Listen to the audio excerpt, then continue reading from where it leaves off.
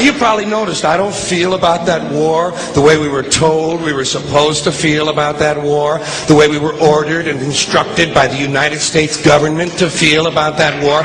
You see, I tell you, my mind doesn't work that way. I got this real moron thing I do. It's called thinking. And I'm not a very good American because I like to form my own opinions. I don't just roll over when I'm told to. Sad to say, most Americans just roll over on command. Not me. I have certain rules I live by. My first rule, I don't believe anything the government tells me. Nothing. Zero. Nope.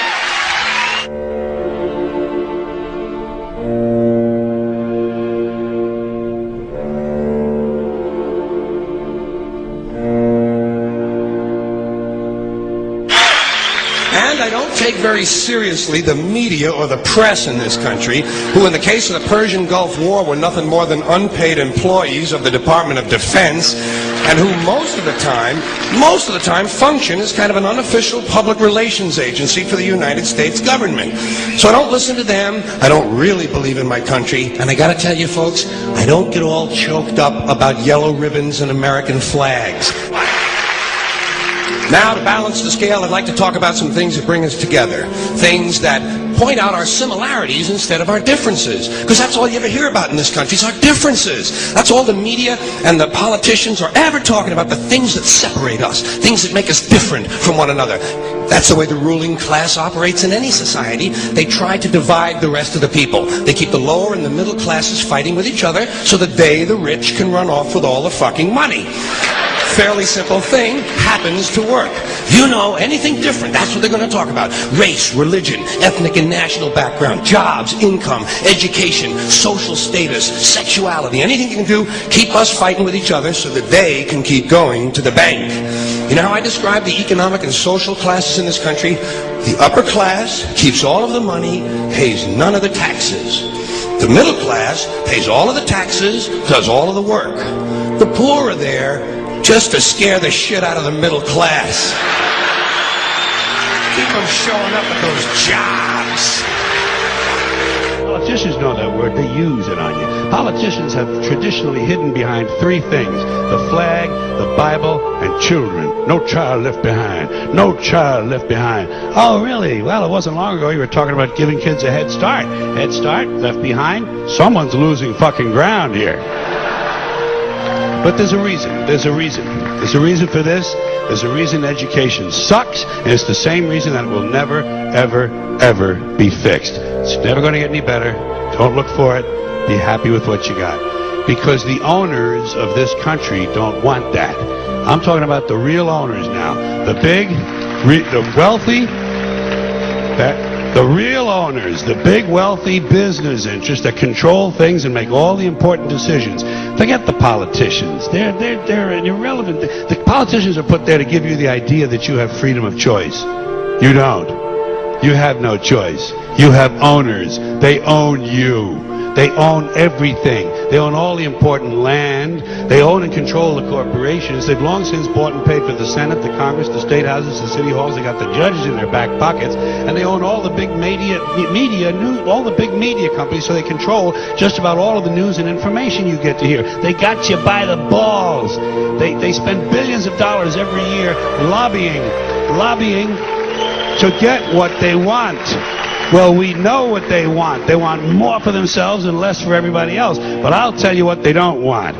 They don't want a population of citizens capable of critical thinking. They don't want well-informed, well-educated people capable of critical thinking. They're not interested in that. That doesn't help them. That's against their interest. That's right. You know something?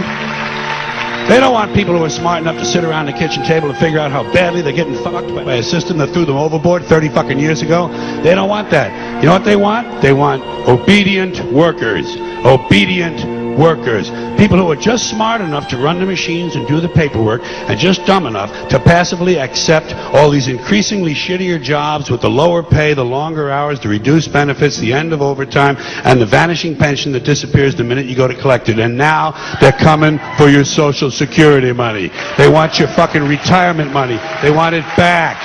so they can give it to their criminal friends on Wall Street. And you know something? They'll get it. They'll get it all from you sooner or later, because they own this fucking place. It's a big club, and you ain't in it.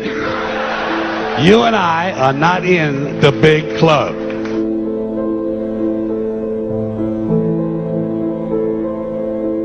The greatest form of control is where you think you're free when you're being fundamentally manipulated and dictated to.